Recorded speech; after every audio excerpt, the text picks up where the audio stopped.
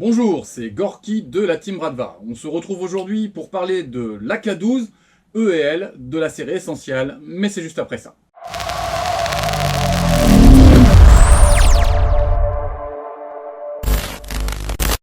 En introduction, je souhaiterais remercier bien sûr notre partenaire Airsoft Entrepôt qui une fois de plus me fait confiance et m'envoie cette réplique pour que je puisse en faire la revue. Alors vous allez me dire, encore une AK12, t'as fait la LCT, t'as fait l'Arcturus, maintenant tu fais le EL. Alors je vais essayer de pas faire un simple unboxing. Moi je pense qu'effectivement le EL fait partie des répliques mythiques aujourd'hui quand on est passionné de fusils d'assaut et de répliques de fusils d'assaut russes. Avoir une AK12 sur son mur, c'est un petit peu un incontournable comme la KS-74U, la K-74 ou le SVD Dragunov quand on aime les fusils de précision. Partant de ça, et si vous n'avez pas encore acheté d'AK12, vous pouvez avoir envie d'avoir des informations sur laquelle serait la plus jolie, la plus efficace en sortie de boîte et essayer de faire des petites comparaisons. Alors, je n'ai pas l'Arcturus sur ma table là, et je l'ai écarté immédiatement du duel pour deux raisons. Un, j'ai eu des petits retours sur le corps de l'AK12 Arcturus qui avait bougé pour certains joueurs, d'accord, des petites choses qui avaient un petit peu travaillé, ce qui n'a jamais été le cas moi sur mes répliques LCT et EL, mais encore ça pourrait être un numéro ou un autre, c'est pas forcément rédhibitoire. Ce qui est rédhibitoire pour moi, c'est que il n'y a pas dessus une gearbox standard sur laquelle on peut intervenir de manière classique et par exemple installer un MOSFET Titan V3, ce que moi j'aime beaucoup. Alors c'est assez subjectif au niveau de l'électromécanique ou de la pneumatique. Moi, je souhaite installer un Titan et je veux pas avoir à faire des modifications lourdes au niveau de la gearbox. Notre technicien, Nicolas, que je salue au passage, et qui est tout à fait compétent, ne veut même pas s'engager dans ce type de modification. Donc, si on est sur une gearbox propriétaire, moi, voilà, ça déclasse immédiatement. Là, on est sur la LCT sur ma gauche, le EL sur ma droite, et dans les deux cas, on a des gearbox standards. Donc, il y aura peut-être des moments un petit peu embêtants pour ceux qui voulaient avoir un unboxing un peu rapide et centré sur le EL. Là, je vais vous faire des comparaisons assez précises sur ce que moi j'ai observé de différence entre le corps des deux répliques qui sont sur des deltas de prix, on en parlera tout à l'heure, d'environ 40 euros. Et je pense que quand on décide d'avoir une AK12 et d'avoir la meilleure et la plus jolie du marché, eh bien le détail peut compter pour les plus exigeants d'entre nous. Alors cette réplique nous arrive comme d'habitude pour la série Essential dans cette jolie boîte noire et rouge. À l'intérieur, on va avoir une série de petits autocollants. Voilà, alors moi je regrette de ne pas avoir eu ce type de goodies puisque j'ai déjà acheté un certain nombre de EL de la série Essential et je n'ai pas eu ce type de goodies, donc ça évolue. La bouteille d'huile, alors ça c'est depuis des années. On a, et c'est toujours très appréciable, eh bien, le bouchon de protection de la boîte qui va se positionner sur le levier d'armement pour éviter que le levier d'armement traverse la boîte. Ça, c'est un petit détail important et ne le perdez pas parce que lorsque vous revendez votre matériel et que vous l'envoyez par la poste, ça vous garantit un carton en bon état. Et puis là, on va avoir un patch EL. Voilà. EL Airsoft. Pour les collectionneurs, c'est sympa. On va avoir la fiche de test habituelle ainsi qu'un adaptateur de la fiche DIN vers la fiche Tamiya Mini, et ça c'est très sympa parce que si moi j'apprécie beaucoup que les répliques soient immédiatement câblées en DIN, la plupart des joueurs ont des batteries en mini Tamiya, donc là voilà, le temps de réinvestir éventuellement ou d'acheter une batterie en DIN, vous aurez déjà l'adaptateur pour utiliser vos batteries en mini Tamiya. Et puis vous aurez bien sûr un chargeur mid-cap, et je dirais dont la finition est inférieure à celle d'Arcturus, mais supérieure à celle de LCT. C'est-à-dire qu'on va avoir un plastique beaucoup plus résistant, mais les fenêtres de balles ici, regardez, vont être opaques, alors que sur Arcturus, ici, ça va être beaucoup plus joli, puisqu'on va avoir des fenêtres, les fenêtres de balles qui sont apparentes et translucides, même si on ne voit pas de balles, ça fait une finition quand même un peu plus sympa, mais en dehors de ça, on est vraiment sur quelque chose d'extrêmement semblable. On va dire que le chargeur EL a des petites différences dans la partie supérieure, mais je vous rassure, les chargeurs Arcturus d'ID sont compatibles sur notre EL, on en parlera tout à l'heure, c'est plutôt sympa. Et on arrive avec cette réplique maintenant, cette réplique de la K12. Voilà, je vais mettre le chargeur.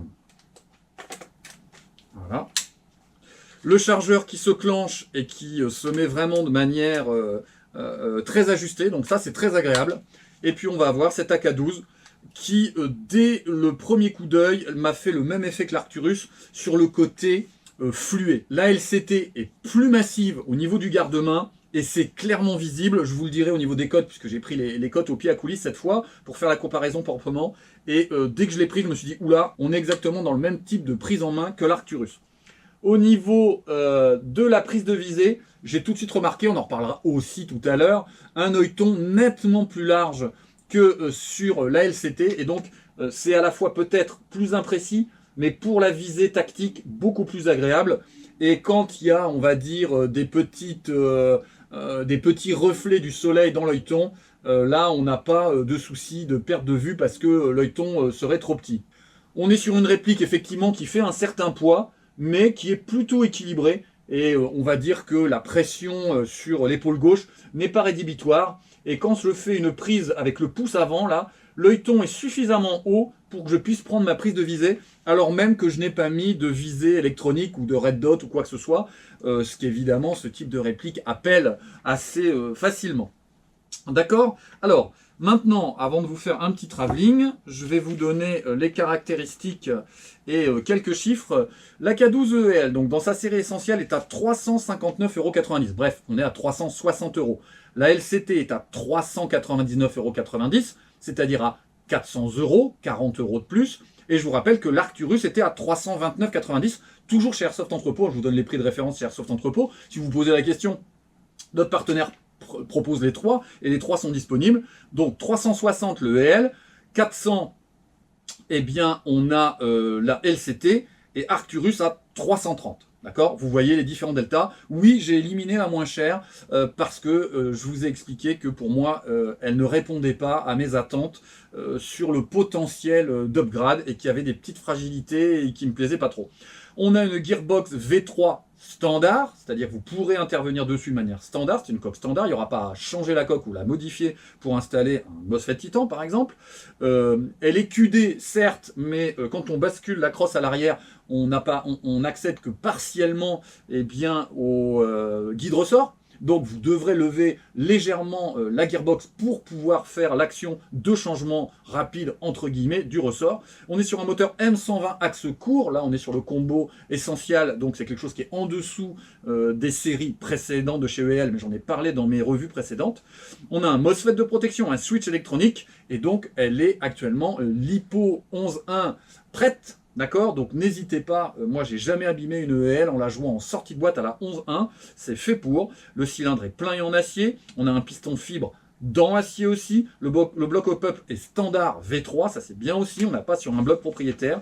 On a un canon de 6,03 par 475 mm, alors que le canon interne, là je parle bien du canon d'Airsoft, hein, le canon d'Airsoft à l'intérieur est de 435 pour le LCT, donc plus court. Le poids est de 3 kg 550 pour cette EL, on est à 3,8 kg pour la LCT, et pour repère, dans sa version chargée, d'accord, avec un chargeur plein, la véritable AK12 est à 3,2 kg, donc on va dire que la LCT est quand même nettement au-dessus en termes de poids, hein, on est à 600 grammes de plus que la vraie arme chargée, ça commence à faire beaucoup, alors que l'EL, voilà, on est à 3,6 kg, on est aux alentours de 400 grammes. L'Arcturus était un petit peu mieux, mais comme je vous ai dit, pour moi, elle est hors jeu. Au niveau de la longueur, elle est à 950 mm, donc 95 cm. La LCT à 94 cm 5. La RS est à 94 cm 5, donc c'était bien la LCT qui était à la cote la plus exacte, mais la longueur de cette EL est quasiment compatible. Voilà. Pour mémoire, l'Arcturus était à 95 cm, exactement comme l'EL. Je vais vous faire un petit travelling et ensuite je vais vous donner des éléments de comparaison. Alors, moi ce qui m'intéresse sur cette AK12, moi je l'ai en 12, je l'ai en 15, pas juste le chargeur, hein. J'ai les deux répliques, elles sont exactement pareilles, sauf qu'elles sont livrées avec un chargeur de 5,45 par 39 pour cette EL, de 7,62 par 39 pour la K15, et j'ai aussi la RPK16, et dans les trois environnements, l'ergonomie de l'ensemble, que ce soit de la poignée tactique, le X47, que ce soit les rails Picatinny, les rails supplémentaires, le cache-femme QD, font que je n'ai rien touché, je ne touche rien. Ça veut dire que vous obtenez immédiatement une réplique entièrement customisée, opérationnelle, ergonomique, pour la jouer en sortie de boîte. Et ça, je trouve que c'est très intéressant parce que souvent on peut dire oui, c'est un peu cher, cette AK12 elle est un peu chère. Oui, mais il n'y a plus rien à faire dessus. Les gens ils disent oui, moi j'ai mis que 300 €. Oui, mais derrière vous remettez je sais pas combien sur le custom interne, je sais pas combien sur le custom externe. Vous multipliez par 2 le prix de la réplique. Là, il n'y a rien à toucher sur l'externe. Donc là, on est sur le cache-flamme spécifique de la K12 avec l'écrou brise-vitre à l'avant.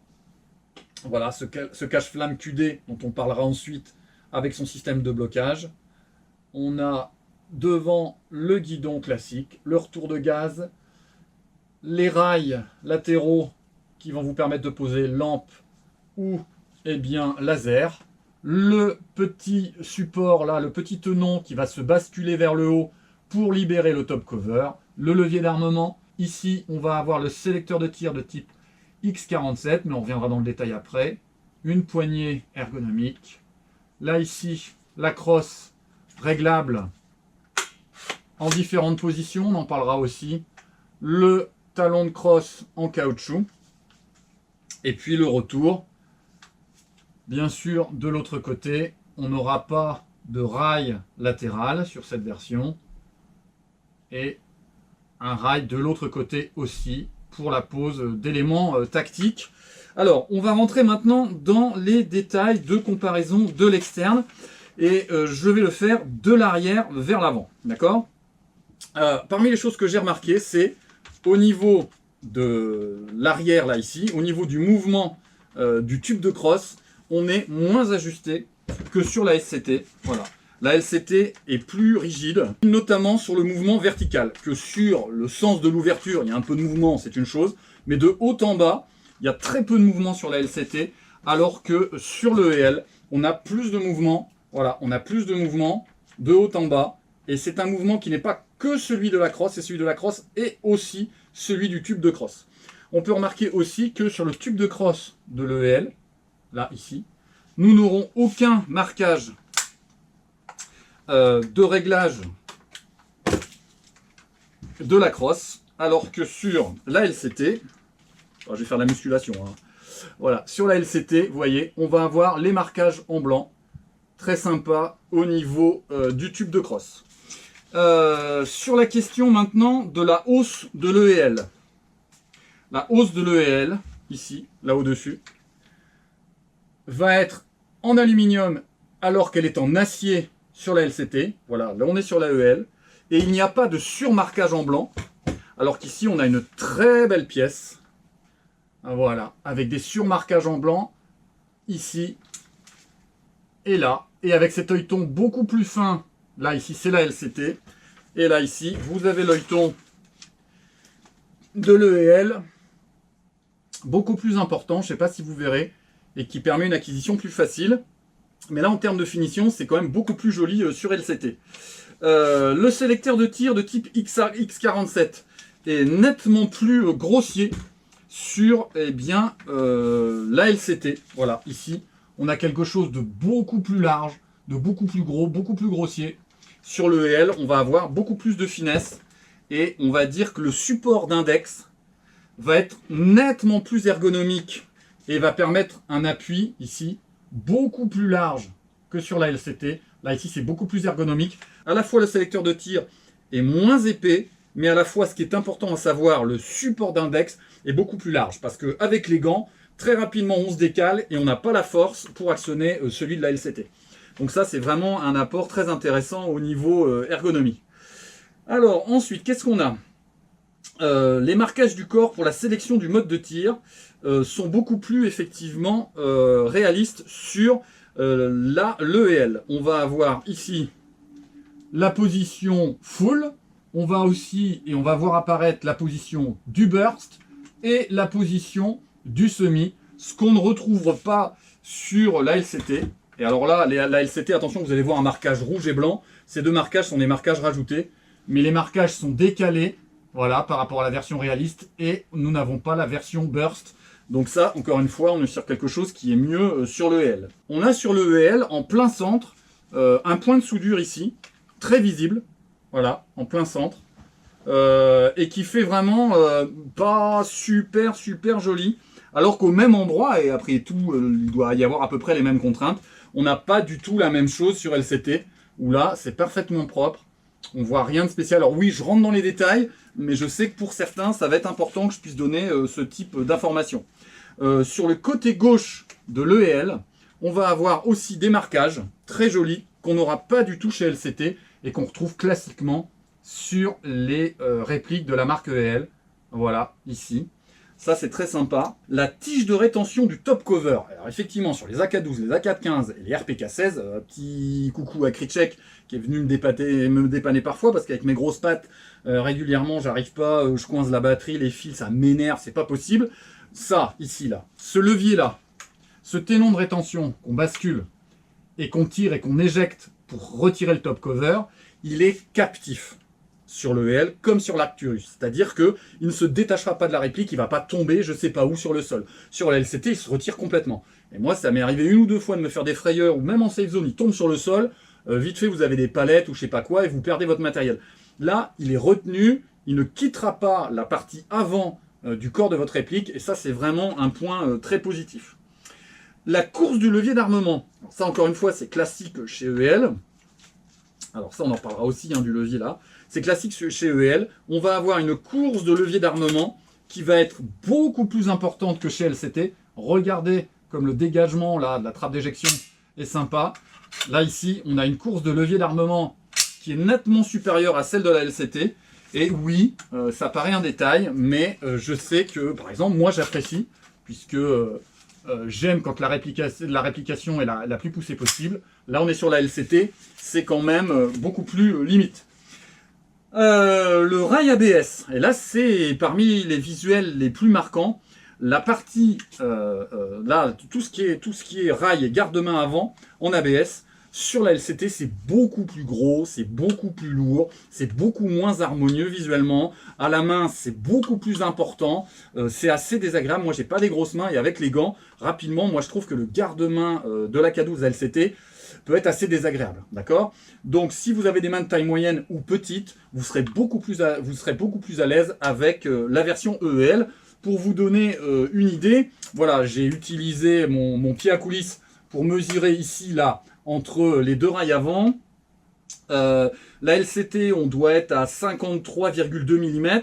Le EL, on est à 47 mm. Donc moi, je ne parle pas d'un millimètre. On est sur plusieurs millimètres. On est sur quelque chose qui saute aux yeux. D'accord? Donc là, il n'y a pas à se dire, ah oui, mais il pinaille. Non, franchement, ça saute aux yeux. Sur la question maintenant du diamètre du canon externe. Alors ça, c'est super surprenant. Effectivement, quand vous prenez les deux répliques, à l'œil nu, encore une fois, sur la LCT, à la fois vous avez un garde-main qui est plutôt gros, et vous avez un canon qui fait tout fin, et qui est vraiment d'une taille très réduite par rapport à celle du retour de gaz. Alors que sur la EL, on va dire que le canon et le retour de gaz sont quasiment du même gabarit. Alors je ne sais pas si vous allez le voir, là ici on est sur le EL, donc effectivement le retour de gaz, le tube de retour de gaz va être légèrement plus important en diamètre, voilà. Mais c'est pas très loin. Et là, ici, sur la LCT, je vais le faire dans ce sens-là, sur la LCT, vous allez voir, le canon est beaucoup plus fin que le tube de retour de gaz, et ça fait un drôle d'effet. Alors, je ne sais pas ce qui correspond le plus à la réalité de l'arme, parce que malheureusement, j'ai pas pu prendre les cotes sur l'arme. Encore une fois, j'ai pris des mesures au pied à coulisses pour que vous ayez un petit peu une idée. La LCT est à 13 mm de diamètre au niveau du canon externe, d'accord? Alors qu'on est à 16 mm chez EL. Donc, on est quand même sur 3 mm de diamètre de différence sur un volume qui n'est pas très important. Donc, je vous le dis, franchement, ça saute aux yeux. Franchement, ça saute aux yeux. Et ensuite, je vous dirai, lorsque je démontrerai le cache-flamme, la différence que ça fait ensuite par rapport au canon interne.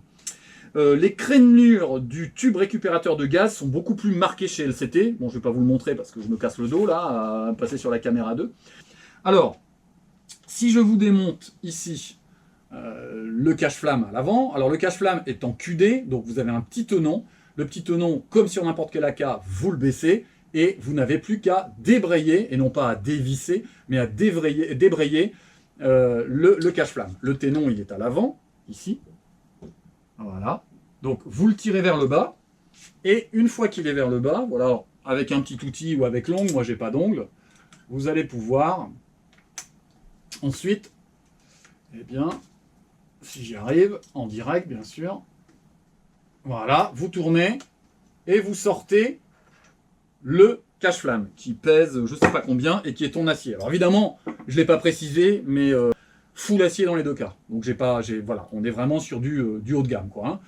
Et alors là, encore une fois, point important, le petit tenon ne m'a pas sauté dans la figure. Pourquoi?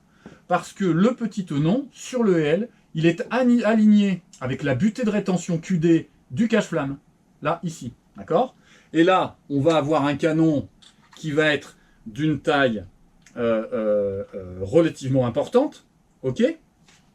Et donc, on va avoir ici le canon interne qui est... Alors, il bouge légèrement, d'accord? Il nécessitera peut-être un petit calage. Regardez, il bouge légèrement. OK?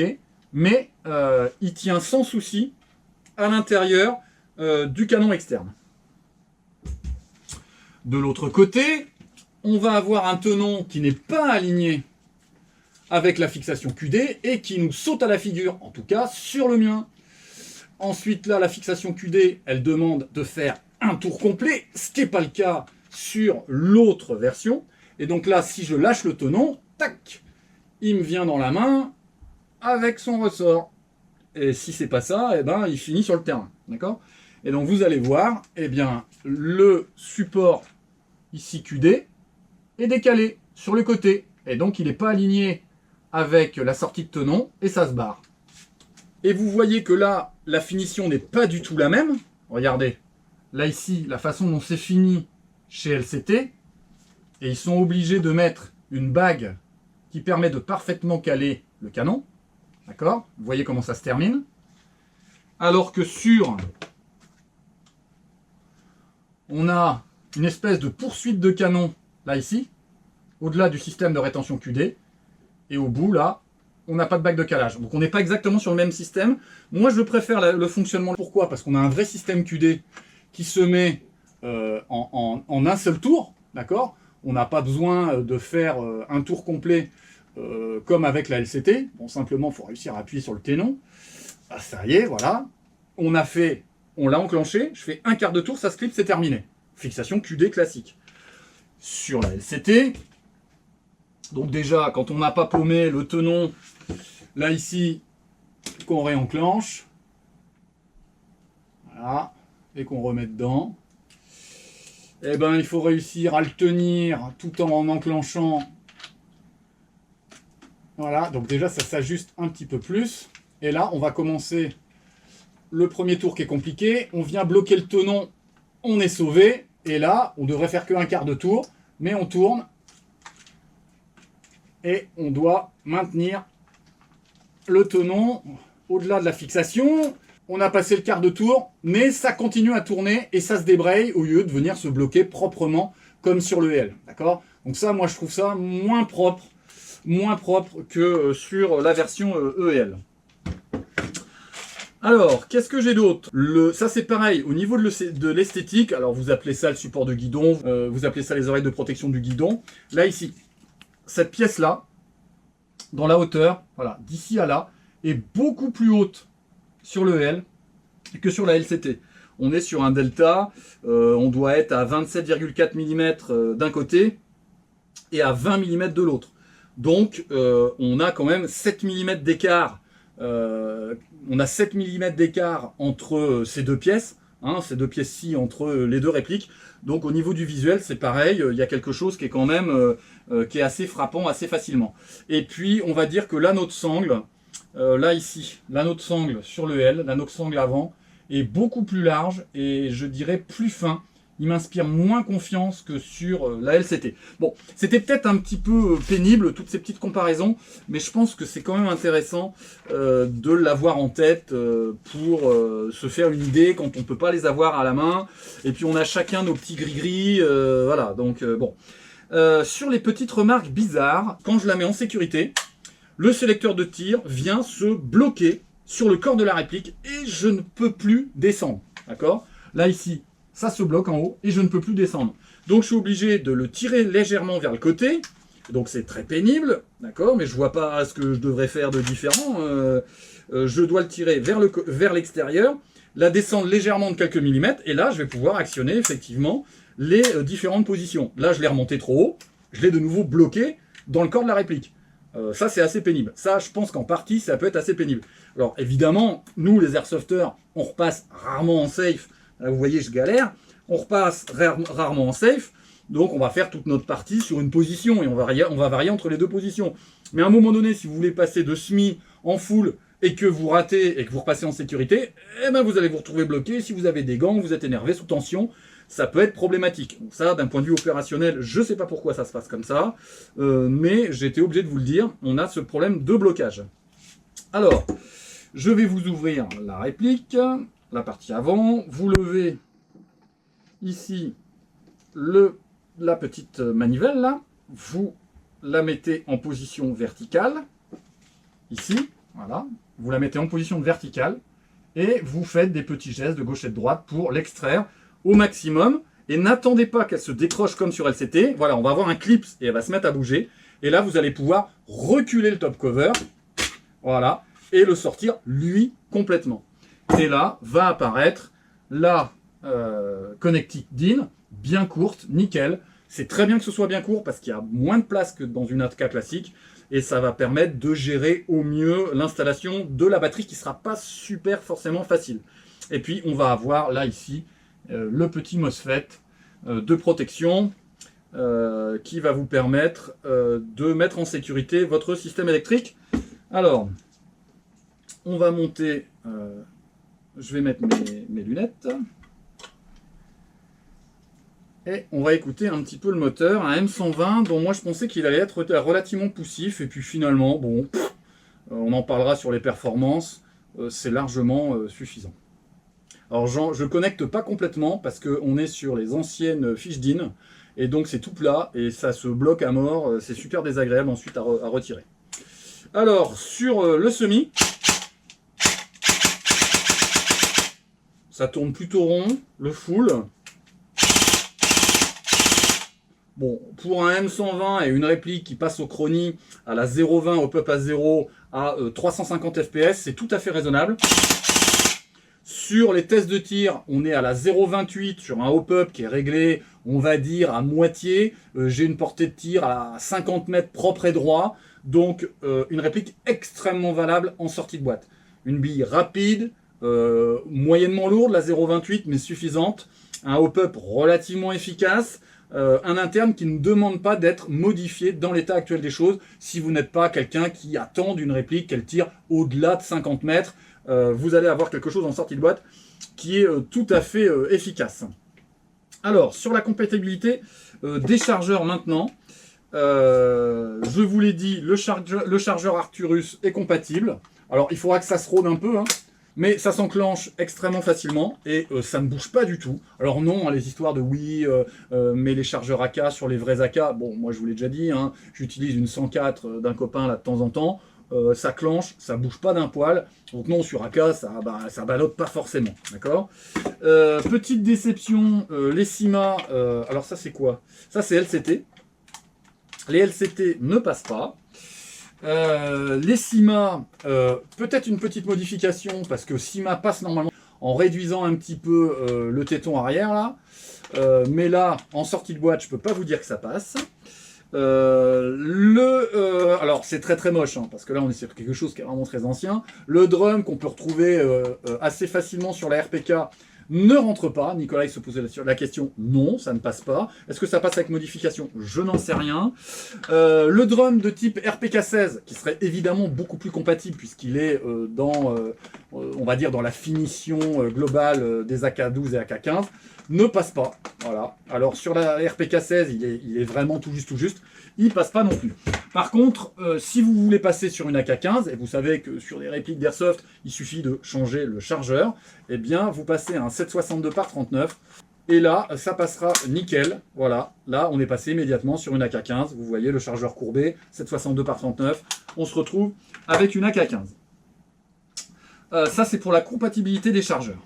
Alors si on passe maintenant à la partie négative et positive pour faire un petit peu la fin du match.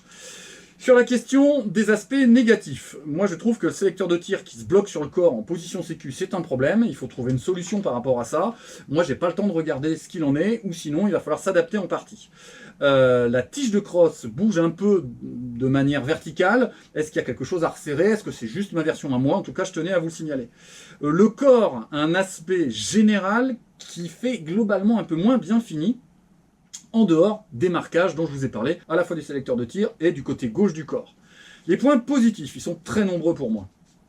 Des perfs de tir excellentes en sortie de boîte, donc elle est prête à jouer à la fois à la puissance et à la portée, ainsi qu'à la réactivité. On a une gearbox QD, bon soit, LiPo Ready, comme d'habitude, mais standard, ça c'est très important pour moi. Le corps est full acier, mais c'est pas mieux que LCT. On a des marquages de sélecteurs de tir qui sont compatibles RS. On a une tige de maintien du top cover qui est captive, c'est très important pour moi, parce qu'on ne risque pas de perdre le matériel. On a le ténon de cache-flamme qui lui aussi est captif, et avec un cache-flamme qui s'ajuste très facilement, et je trouve ça très bien. Elle est déjà câblée en DIN avec un MOSFET et un micro-switch. Elle est compatible avec les chargeurs d'ID Arcturus qui sont pour moi actuellement les meilleurs du marché sur la question de l'AK12 et de l'AK15, puisque vous pourrez mixer les deux. Alors, dans ce match qui n'est pas un match à mort entre les deux, si moi j'avais la possibilité de choisir aujourd'hui, en sachant que j'ai déjà la LCT, que je ne vais pas la revendre, parce que j'ai déjà un gros custom interne, eh bien j'achèterais le EL. Je n'achèterai pas l'Arcturus, je n'achèterai pas la LCT, et pour plusieurs raisons. Un, parce que je pourrais faire le même custom que sur la LCT. Deux, parce que au niveau du visuel, il y a ce petit delta entre la taille du canon et l'épaisseur du garde-main qui me gêne visuellement. Et puis, globalement, elle est, l'EL, beaucoup plus harmonieuse dans l'équilibre de ses formes. Alors peut-être que je me trompe et que la vraie AK12 est plus proche de l'LCT. Si certains ont fait des comparaisons de cotes et ont déjà fait ont eu la AK12 en main en fait, pour prendre des prises de cotes, moi ça m'intéresse vraiment de savoir laquelle est la plus proche de la vraie. Voilà, on arrive au bout de cette revue dont j'espère qu'elle n'a pas été trop rédhibitoire sur les comparaisons de cotes, etc., etc. Moi, ça m'a bien amusé de faire toutes mes petites mesures au pied à coulisses. Je pense que c'est important de vous renseigner, de prendre le temps à votre place pour vous donner ces infos à l'avance. Il fait progressivement de plus en plus chaud, il y a de plus en plus de parties qui s'organisent. Moi, je trouve ça assez sympa. Nous, on va jouer sur le premier week-end de juin. On ne sait pas encore trop où on va aller, peut-être dans l'Oise, puisqu'on a eu une invitation il n'y a pas très longtemps, mais on ne sait pas encore ce qu'on va faire. Je remercie encore Airsoft Entrepôt qui m'a prêté cette réplique et qui continue à être un partenaire de grande confiance. Je vous encourage à me faire vos retours si vous avez différentes AK12, que ce soit la LCT, que ce soit l'Arcturus, ou si vous avez déjà acheté le EL. Voilà, c'est vraiment...